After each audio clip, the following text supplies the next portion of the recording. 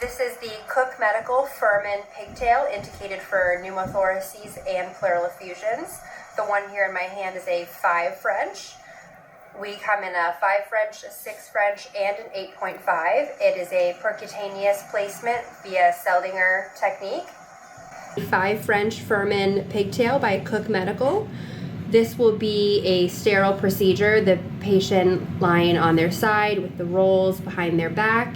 It's going to be just in front of the mid-axillary line, the 4th intercostal space. Again, sterile. We're going to chloroprep the area, lidocaine if needed, if appropriate. This is the needle that comes in the kit, which is inappropriate potentially for this patient population size. This will be the needle that will be attached to the top of the kit and will be used. It's going to be basic Seldinger procedure.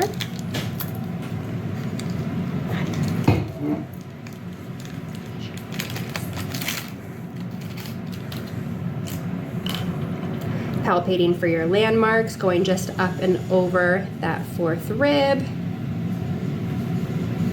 Removing the needle, keeping the angiocath inside. This is going to be, again, a basic Seldinger procedure. Here's your wire.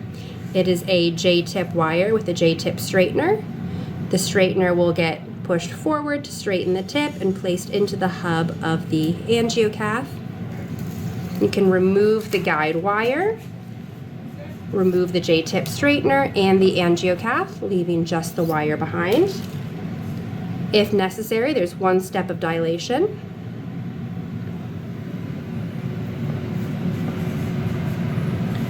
A little bit of a twisting motion, breaking up that soft tissue. You won't enter in very far, just creating that tunnel into the pleural space, removing the dilator. Next comes the pigtail catheter.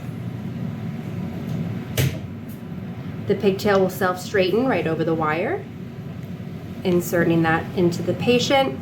Minimum, all side holes need to be inside the pleural space. Recommend going a bit further, potentially all the way up to the first black line.